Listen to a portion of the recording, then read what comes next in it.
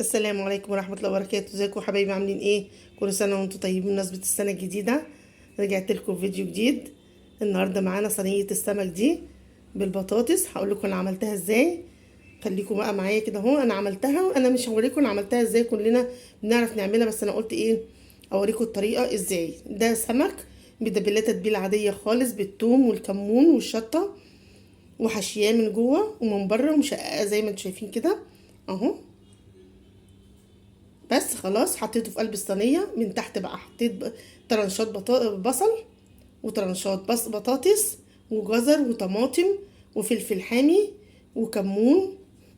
رشيت كل ده مع بعضه ورحت حط فرداه في الصينيه من تحت.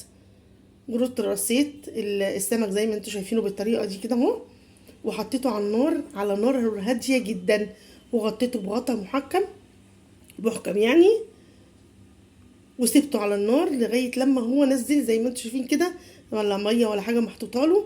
هو نزل اللي هو الحشوه اللي انا حاشياه بيها اهو، نزل ميته.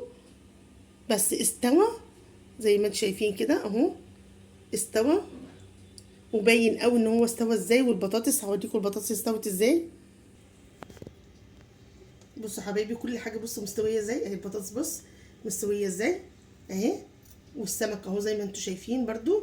بصوا اهو استوى اهو زي الفل.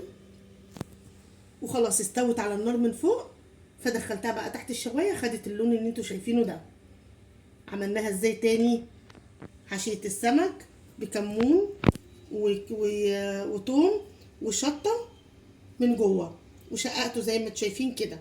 البطاطس حطيت له نفس الخلطه، ورشيت شويه زيت من فوق الوش، وغطيت عليه وحطيته على النار من فوق. بس مش اكتر من كده. يا رب يكون عجبكم، واشوفكم في فيديو جديد ان شاء الله. والسلام عليكم ورحمه الله وبركاته.